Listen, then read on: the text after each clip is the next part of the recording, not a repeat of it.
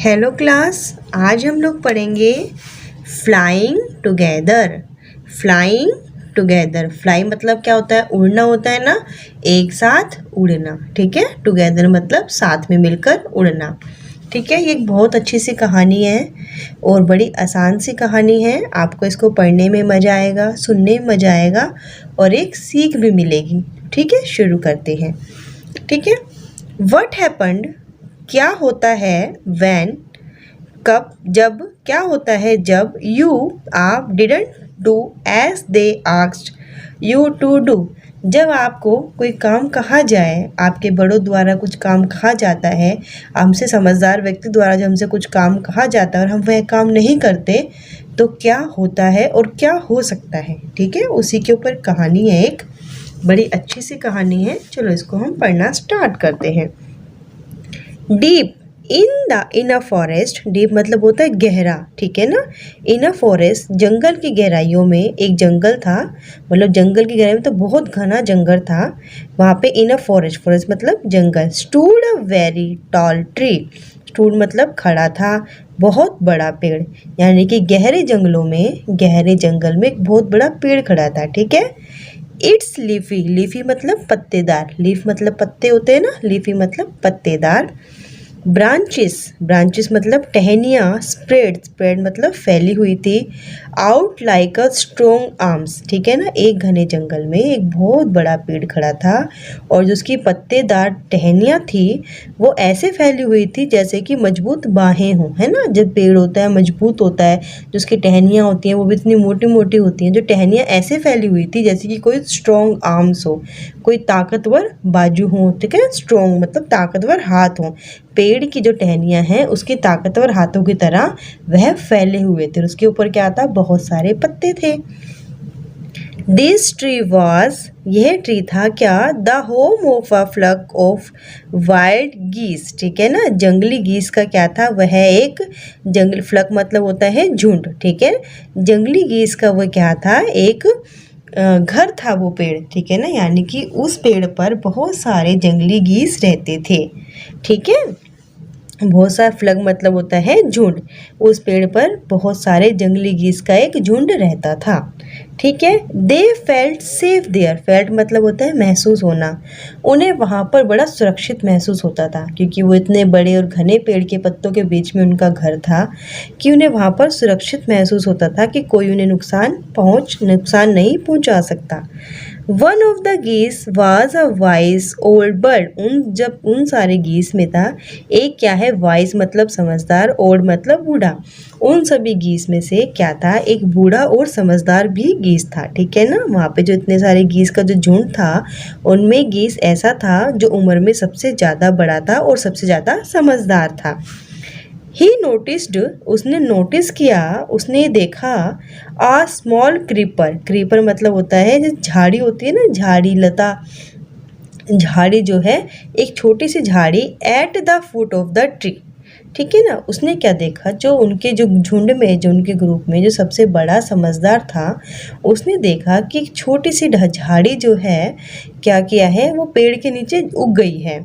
He spoke to the other birds about it, उसने क्या किया? उसने जो है बाकी जो बर्ड्स थे उसने उसके बारे में बोला कि जो हमारा जो पेड़ है ना, इसके नीचे एक छोटी सी झाड़ी उग गई है, छोटा सा पौधा उग गया है।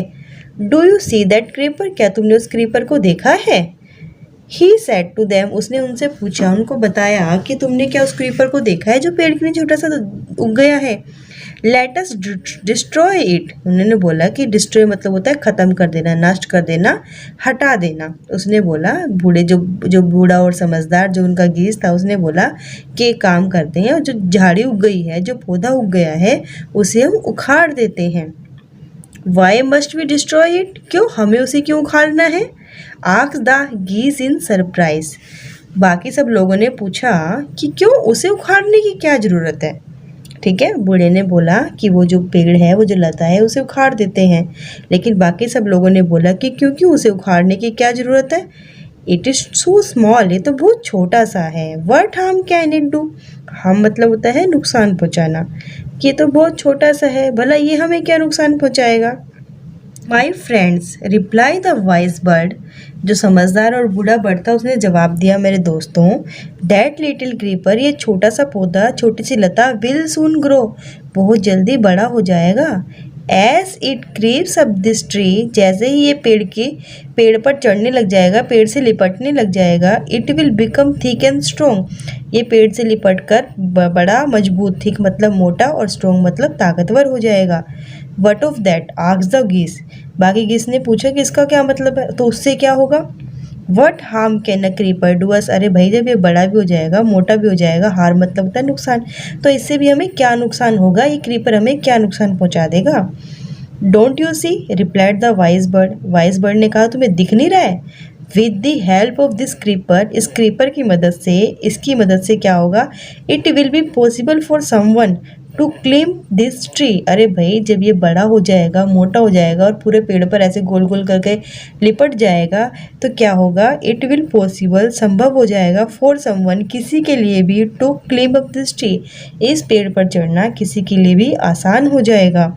अ हंटर कैन कम अप, एक हंटर आ सकता है, कोई भी जो हंटर है, शिकारी है, हंटर मतलब शिकारी, आ सकता है, किल अस ऑल, और हम सबको मार भी सकता है। ठीक है। देयर इज़ नो हरी, अच्छा कोई जल्दी नहीं है। दे रिप्लाइड, उन लोगों ने जवाब दिया। जब उसने कहा था ना बूढ़े गीस ने कि जो जो क्रीपर है इसे हटा दो, इसे तोड़ दो, नहीं तो बड़ी हो जाएगी ये और हमें नुकसान पहुंचा सकती है, तो बाकी लोगों ने कहा well well there is no hurry, अरे कोई जल्दी नहीं है। दे रिप्लाइड, उन्होंने जवाब दिया, the creeper is very small, ये क्रीपर तो बहुत छोटी है। It would be a pity to destroy it now, इतनी छोटी सी है, इसे तो उखाड़ने में भी हमें दया आ रही है, कितनी छोटी सी है, बताइए हमें क्या नुकसान पहुंचाएगी। Destroy the creeper while it is still young, destroy मतलब होता है नष्ट करना, तोड़ना, हटा देना, इस क्रीपर को हटा दो इससे पहले कि ये बड़ी हो जाए। The old bird advised, advice मतलब होता है सलाह देना, जो उनमें बूढ़ा गीस था ना उसने सलाह दी कि इस जो क्रीपर है इसे हटा दो, इसे अभी तोड़ दो इससे पहले कि ये बड़ी हो जाए। ठीक है। Now it is tender and you can cut it easily, tender मतलब होता है सॉफ्ट, सॉफ्ट मतलब आराम से इसको पकड़ के आप उखाड़ सकते हो, ये टेंडर है, इसको जैसे मोड़ोगे, फ्लेक्सिबल। ठीक है, टेंडर मतलब हो सकता है फ्लेक्सिबल, अभी तो ये फ्लेक्सिबल है, सॉफ्ट है, आप इसको आराम से उखाड़ के फेंक सकते हो। नाउ इट इज़ टेंडर, अभी तो ये सॉफ्ट है, फ्लेक्सिबल है, you can cut it easily, तुम इसे आराम से उखाड़ सकते हो। लेटर बाद में, इट विल बिकम हार्ड, जैसे जैसे समय होता जाएगा, इसकी जो जड़ है, इसका जो तना है क्या मोटा होता जाएगा, and you will not be able to cut it, फिर तुम इसे काट भी नहीं पाओगे। वेल सी, विल सी, हाँ हाँ देख लेंगे। आंसर द बर्ड्स, बाकी सब बर्ड्स ने क्या कहा, हाँ हाँ देखेंगे देखेंगे। But they did not destroy the creeper, उन्होंने क्या किया, बूढ़े जो गीस है उसकी बात को मजाक में उड़ा दिया, सीरियसली नहीं लिया और कहा हाँ हाँ देखेंगे देखेंगे, बाद में काट देंगे, ठीक है ठीक है, और उन्होंने क्या किया, उसको डिस्ट्रॉय नहीं किया। Forget the vice old birds advice, क्या हुआ, समय के साथ जो वाइस ओल्ड बर्ड था, जो बूढ़ा बर्ड था, उसकी एडवाइस को भूल गए। एज द क्रीपर ग्यू, जैसे जैसे जो झाड़ी है वो बड़ी होती जा रही थी, it began winding it's way up the tree, ठीक है ना, वाइंड मतलब होता है घुमाना, अपने ये दिख रहा है ना आपको पेड़ पे, जैसे जैसे वो बड़ी होती जा रही थी वो पेड़ के वाइंड, पेड़ को लपेटती जा रही थी, ठीक है, पेड़ के ऊपर लिपटती जा रही थी। Stronger and stronger it become, और मजबूत होती जा रही थी। Until it was as strong as a thick rope, जब तक कि यह एक मजबूत और मोटी रस्सी बन चुकी थी। वन मॉर्निंग, until जब तक, अब तक क्या था, ये एक मोटी और मजबूत रस्सी बन चुकी थी, रस्सी की तरह बन चुकी थी, देखो दिख रहा है ना, जैसे कोई मोटी और मजबूत रस्सी हो पेड़ पे ऐसे लिपट गई।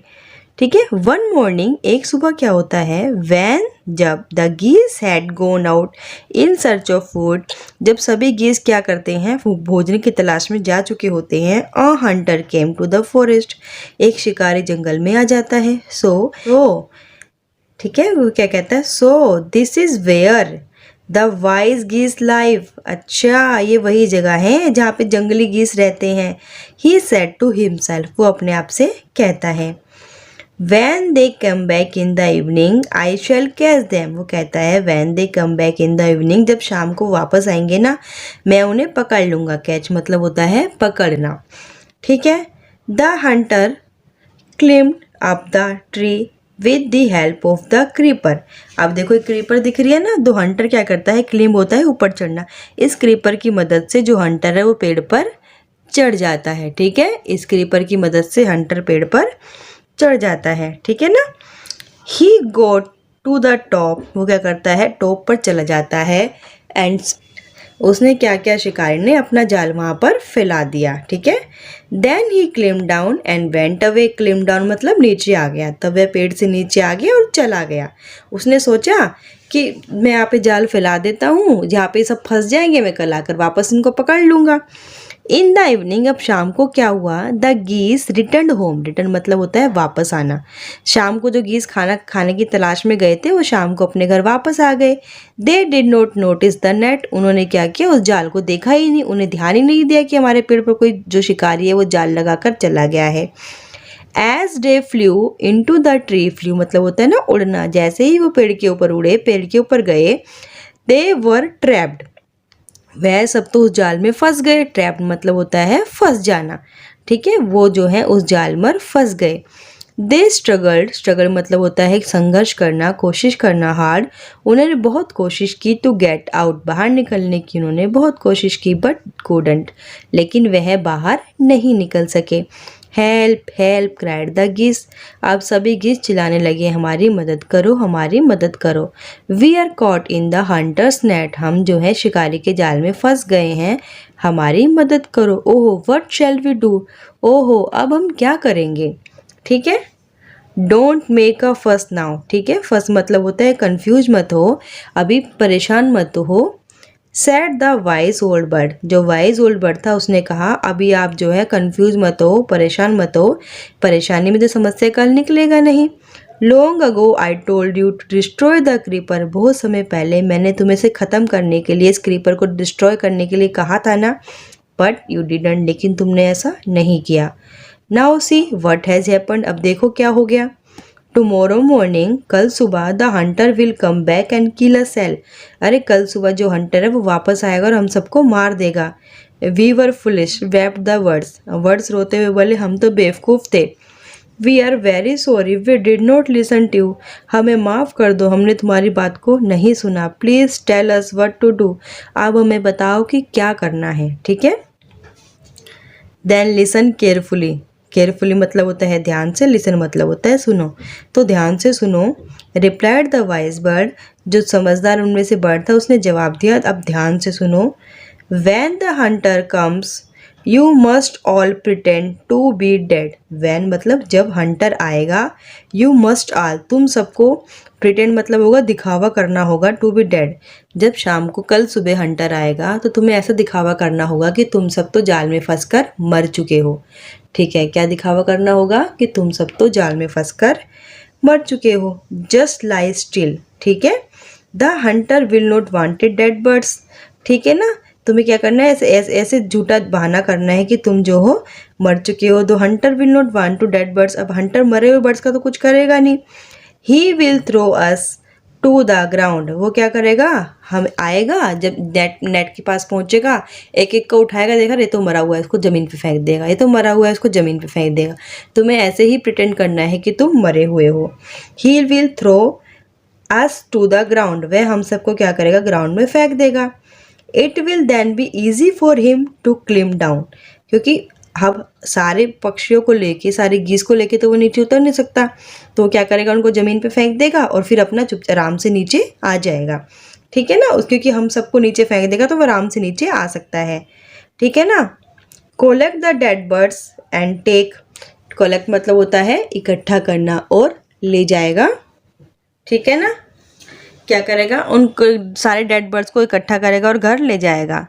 But when the last of us has been thrown down, जब वो शिकारी जो है, हंटर जो है, सबको एक एक करके नीचे फेंक रहा होगा, तो जब सबसे लास्ट में जिसको फेंकेगा, when the last of us, हम सब में से जब सबसे लास्ट को वो फेंक देगा, we must quickly get up and fly away. जैसे ही वो उसने बोला, गीस ने बोला कि अब तुम एक काम करो, मरने का नाटक करना। जब शिकारी आएगा, शिकारी पेड़ पर चढ़ेगा, वो देखेगा कि हम लोग तो मर चुके हैं, तो वो क्या करेगा, जाल को खोल देगा कि मरे हुए को तो जाल की कोई दिक्कत है नहीं, तो वो एक एक को हमको नीचे फेंक देगा। जब वो हमें नीचे फेंकेगा तभी हमें मरे हुए का नाटक करना है।